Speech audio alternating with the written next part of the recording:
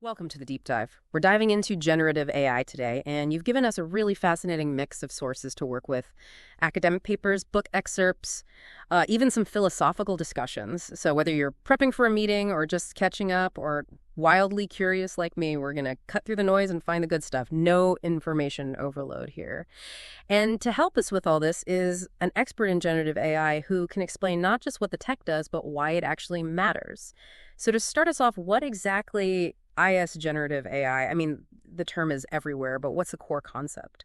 Well, generative AI is basically all about machines learning from data to create new original content. You can think of it like teaching a computer to write a symphony by feeding it thousands of musical scores. It analyzes all the patterns, the structures, the harmonies, and then uses that knowledge to compose its own original piece. So it's not just copying or remixing existing stuff. It's actually making something new. Exactly. That's where things get really interesting. You sent over some research on Biggin, which can generate images with incredible detail. We're talking up to 512 by 512 pixels. Have you seen some of the images it's produced? They're pretty amazing. I have, and honestly, they're almost impossible to tell apart from actual photographs. It's really incredible. Yeah. How does it actually work, though? I mean, there's got to be a ton of complex technology behind it. Oh, yeah, there is. The foundation for a lot of these models is things like GANs, VAEs, and neural rendering. These are all different approaches, but essentially, they're all ways to train machines to generate content that is realistic and original. Okay, so break that down for me a little bit. Yeah. What's a GAN, for example? How do they work their magic? Okay, so imagine you have two AI systems playing a game. One is a forger trying to create realistic images, and the other one is like a detective. The detective is trying to spot the fakes, and they're constantly learning from each other.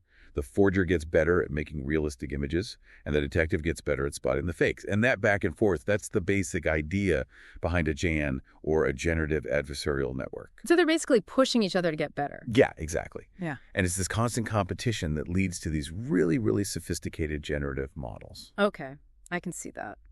You know, one of the things you sent me mentioned ChatGPT and how it was being compared to human experts in some tasks. And that's where things get really interesting for me. If AI can perform at the level of human experts, what does that mean for the future of, well, everything? It's a big question and one that we're just starting to explore. But let's talk about the practical applications of all this. The research that you provided shows that generative AI is popping up in a ton of different industries, from drug discovery to marketing to web development. It's not just a tech thing anymore. It's becoming a ubiquitous tool. Yeah, it's like giving a creativity boost to every industry, powered by AI. That's a good way to put it. Oh. And the potential is really huge. For example, there's research looking at how we can use generative AI in digital forensics. Like, imagine if you could simulate cyber attacks. That would mean being able to predict and prevent sophisticated attacks using realistic simulations.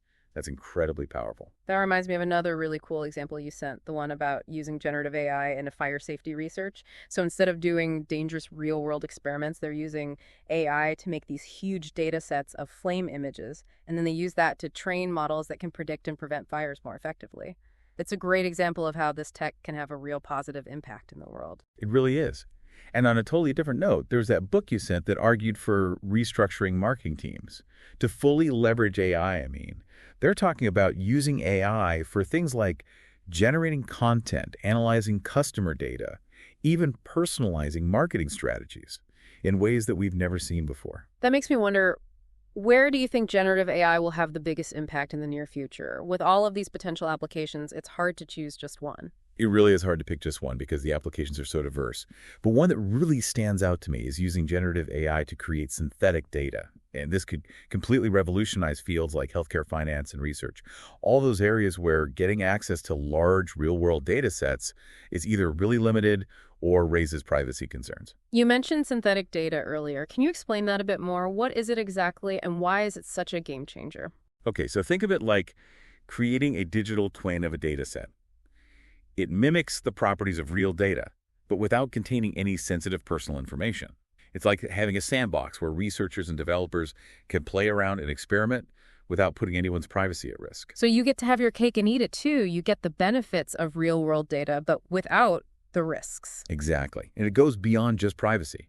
Synthetic data can also be used to fix biases in existing data sets. So let's say a data set used to train an AI model doesn't have enough representation from certain groups of people. Well, you can use synthetic data to balance things out, and that can lead to fairer, more accurate outcomes. That's fascinating. You're basically using AI to create better AI. So if synthetic data is this powerful, are there any downsides? Is there anything we should be cautious about? Well, of course, with any powerful technology, there are always things to consider. One thing is making sure that the synthetic data is actually good quality and accurate. It needs to accurately reflect the real-world data it's supposed to be mimicking. Otherwise, you could end up with results that are flawed or misleading. Right, it's like building a house on a shaky foundation. If the synthetic data isn't solid, then the whole thing could fall apart. Okay, so we've talked about the good stuff, but what about the potential risks of generative AI as a whole? I know you've talked about the need for responsible development and use. Absolutely. One concern is misuse, especially when it comes to things like deepfakes or spreading misinformation.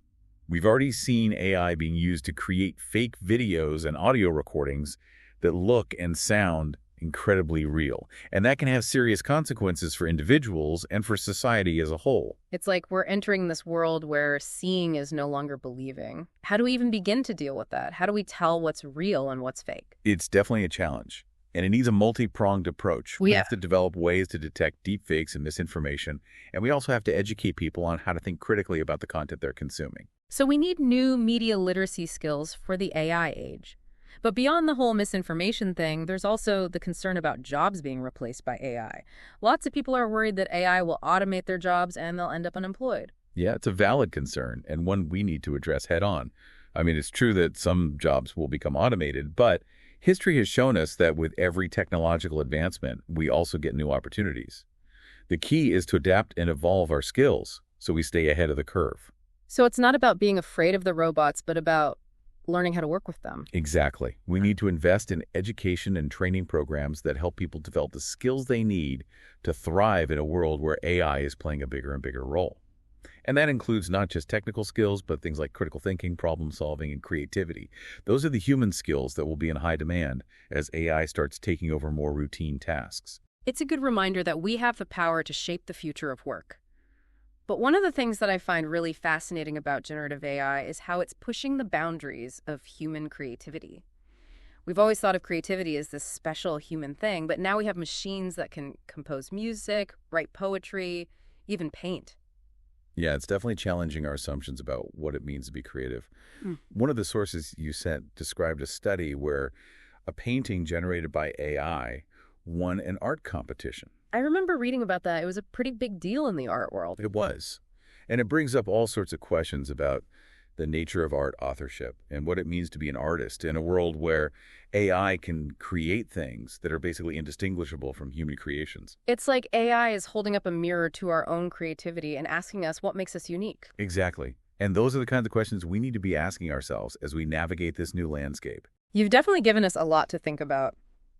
We've covered the basics of generative AI, its potential applications, the benefits and the risks. We even touched on some pretty deep philosophical questions. Before we finish up, I want to leave you with one last thought-provoking question. So if generative AI can create these realistic simulations that kind of blur the lines between what's real and what's fake, what does that mean for us? What does that mean for how we understand things like authenticity and truth in a world that's, increasingly driven by technology? That's a really interesting question, and it's one that I think we're going to be grappling with for a long time. I mean, we're so used to thinking of truth and authenticity as being rooted in the physical world. But now we have this ability to create digital experiences that are almost impossible to distinguish from reality. And that really challenges our whole perception of what's real and what's not. It's like we're stepping through the looking glass into this world where the lines between reality and illusion are getting blurrier and blurrier. And it's not just about deepfakes or misinformation either, right? It's about the very nature of creativity and art and even human experience itself. Exactly. Think about the music industry, for example. We already have AI composing original music that's being used in films, video games, even concert halls. Some people see it as a threat to human musicians, but others see it as this new form of collaboration, a way to push the boundaries of what's possible in music. So it's like AI is becoming a creative partner rather than just a tool. And it's not limited to music either. We're seeing it in writing, visual art, fashion design. It's almost like AI is giving us this whole new palette of creative possibilities. And the implications go way beyond the arts, too. Think about healthcare for a second. Imagine AI being used to create personalized treatment plans based on a patient's individual genetic makeup and their medical history. Or in education, AI could create custom learning experiences tailored to each student's needs and how they learn best. It's like we're on the verge of this whole new era of personalization, where technology can actually help us unlock our individual potential in ways we never thought possible. It's definitely an exciting possibility. But it also brings up important questions about access and equity. We need to make sure that these powerful tools are being used to benefit everyone, not just a select few. That's a really important point. So as we move forward into this uncharted territory, it seems like we need a healthy dose of both optimism and caution. We need to embrace the incredible potential of generative AI while also being aware of the risks and challenges. Absolutely. And ultimately, it all comes down to human choices. Yeah. We decide how this technology is developed, how it's used, and how it impacts our world. We have the responsibility to make sure that it aligns with our values and helps us create the kind of future we want. It's a good reminder that we're not just passive bystanders in this technological revolution. We're active participants, and we have a responsibility to steer it in the right direction. Well, this has been an incredible deep dive. We've covered so much ground, from the technical details to the mind-blowing applications to the really profound questions that generative AI raises. It's a field that's constantly evolving, so who knows what amazing discoveries and challenges are waiting for us just around the corner.